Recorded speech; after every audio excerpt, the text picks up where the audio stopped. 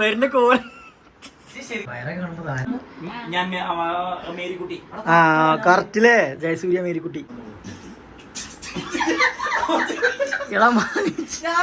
അമ്മ ജനിപ്പിച്ചതാണ്.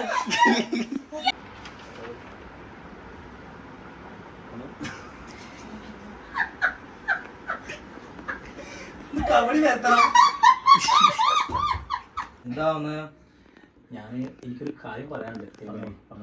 ഒന്നുമില്ല, ഒരാളിനെ മുടിപ്പിക്കണം. ഞാൻ നോക്കട്ടെ.